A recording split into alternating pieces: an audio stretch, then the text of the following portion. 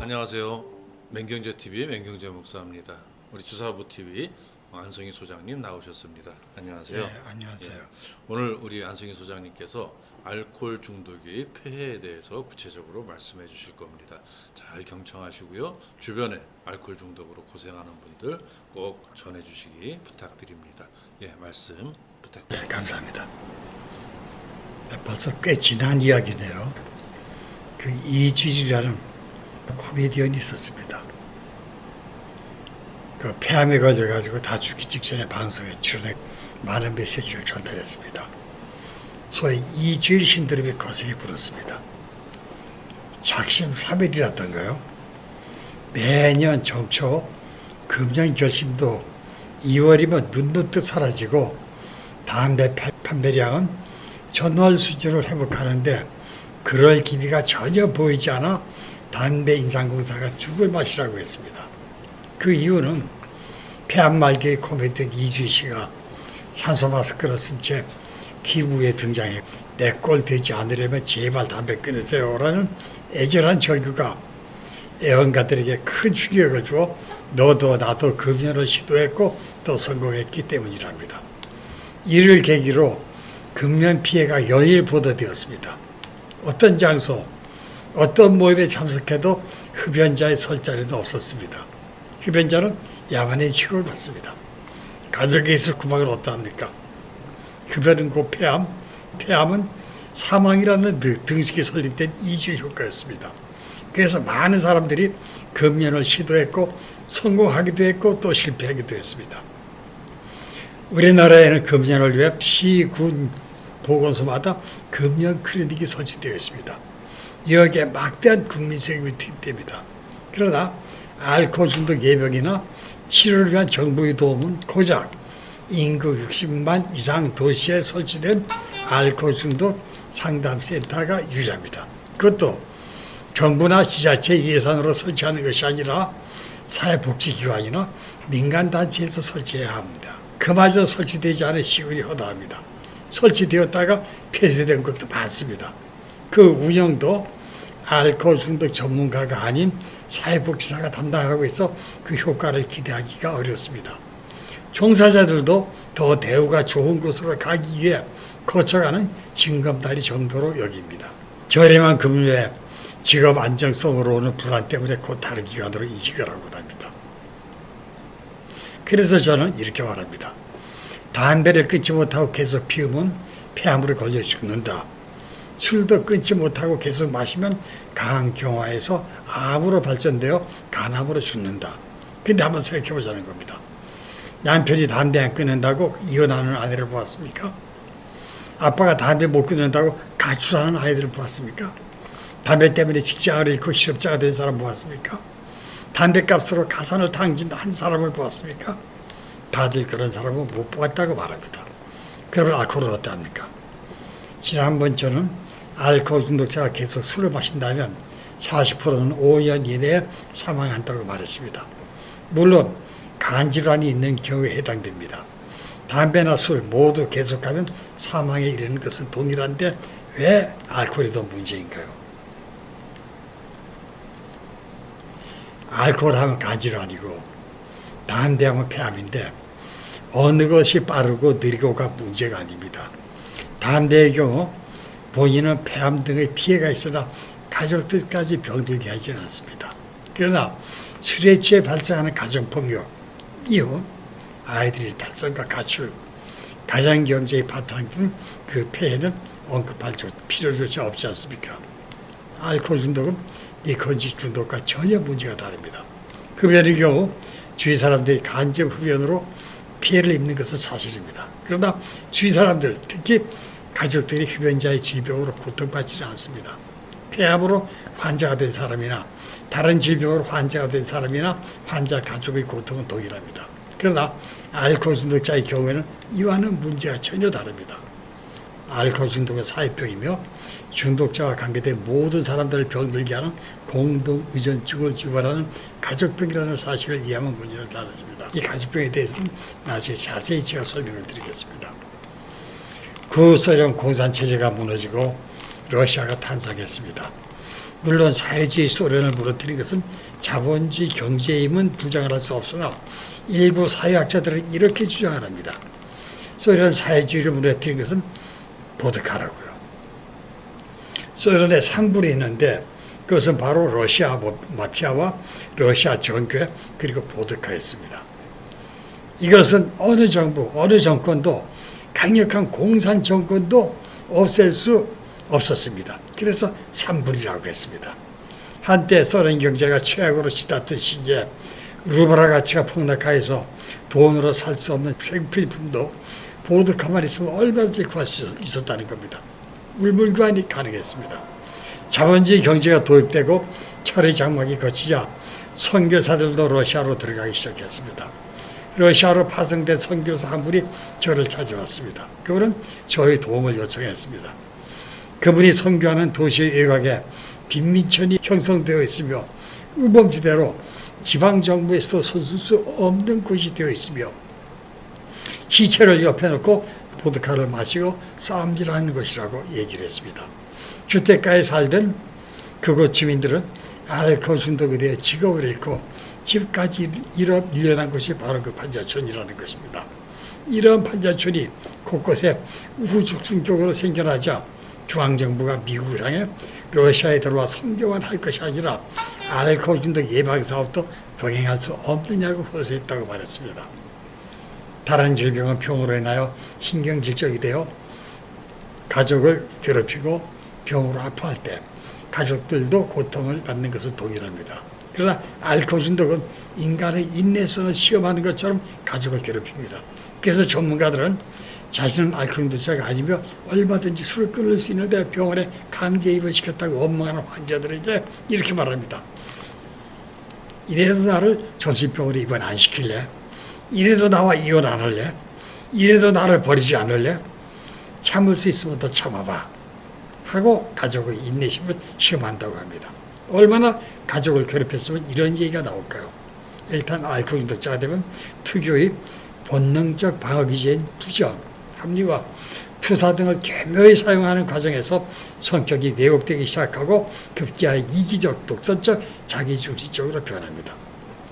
이것이 성격 결함이 되고 성격 결함이 성격 장애가 되고 성격 장애가 인격 장애로 인격 장애가 인격 붕괴로 발전합니다.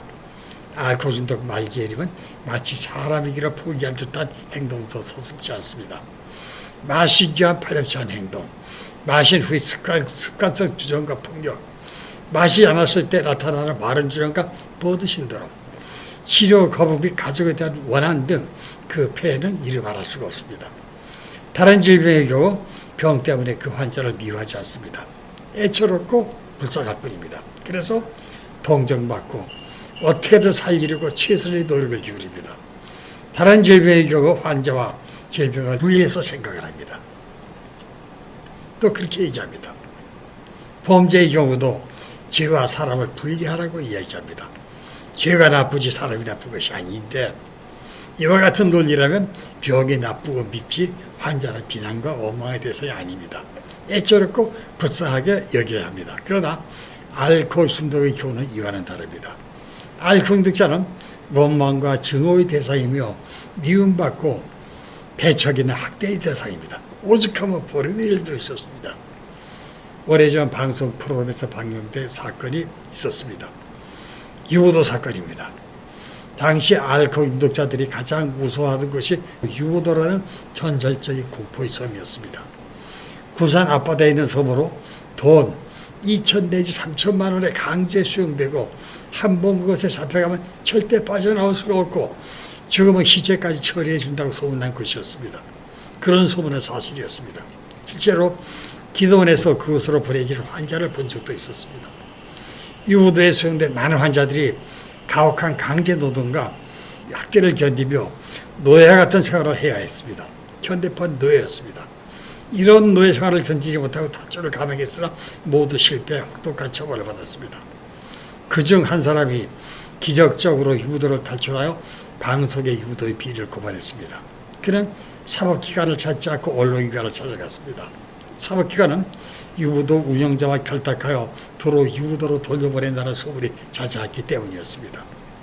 제보를 받은 언론기관은 급히 특별치료팀을 꾸리고 보건소와 경찰을 대동한 다음 긴급 취재에 나섰습니다. 열악한 환경, 가혹한 강제노역, 죽은 자들을 안매장하는 공동묘지 등 유도의 실체가 폭로되자 이를 시청한 시청자들은 큰 충격에 휩싸였습니다. 그래야 사법당국이 조사에 들어갔고 유도에 잡혀있던 현대판 노예 신세였던 환자들은 집으로 돌아갔습니다. 결국 유도는 폐쇄되었고 관계자들은 구속되었습니다. 이런 사실은 아직도 알코올 중독자들의 아픈 전설로 남아있습니다.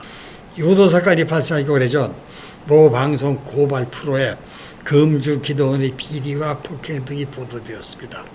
강제격리, 폭력, 가혹행위, 비인격적 대우 등이 드러나 공분을 불러일으켰습니다.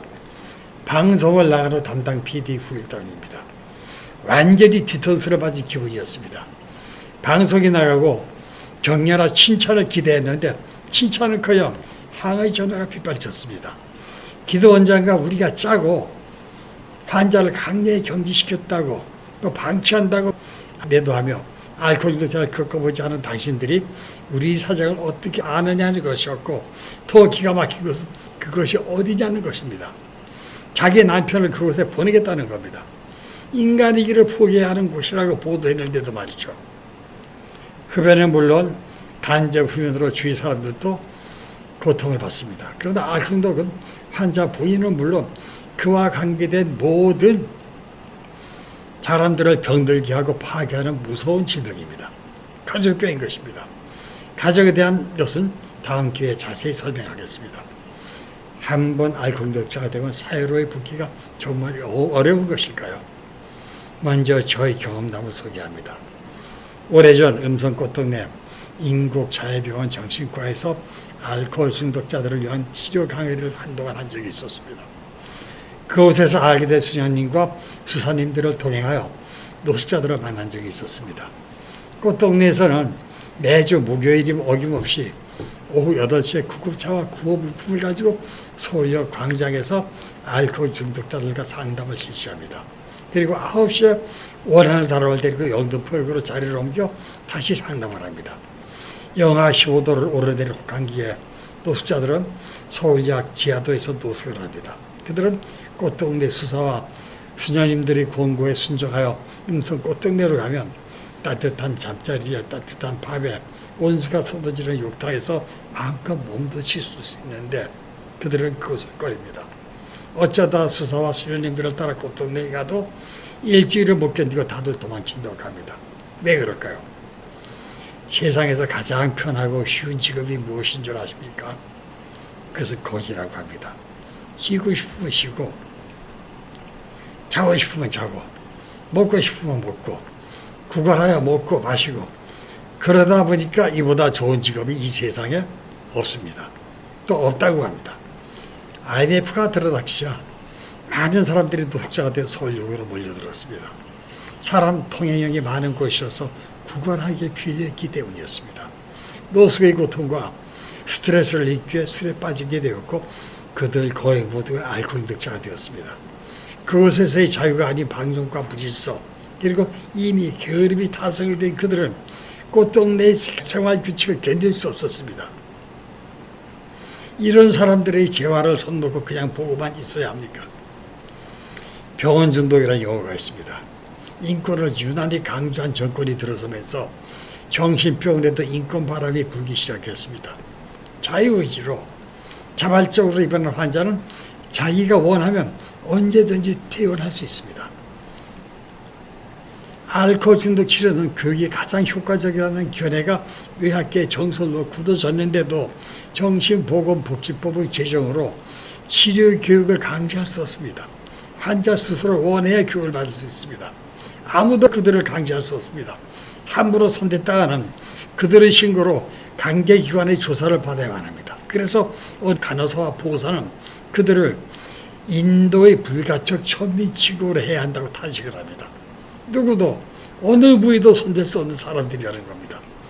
알코올 중독자들은 고의적 무지를 추구하는 경향이 강합니다. 고의적 무지추결한 알코올 중독이 무엇인지 알면 들어와서 마시지 못하니까 마시기 위해서는 술의 위험성과 인체에 끼치는 해로움을 몰라야 마음 편히 마실 수 있으니까 가르쳐 주어도 배우려 하지 않고 의식적으로 무지 상태를 추구하는 경향이 강합니다. 그런 그들에게 자유의지로 교육을 받으라는 것은 마시기 위해 사는 사람들에게 삶을 포기하라는 선언과도 같습니다. 알코올 중독자들이 마시는 것을 포기하는 것은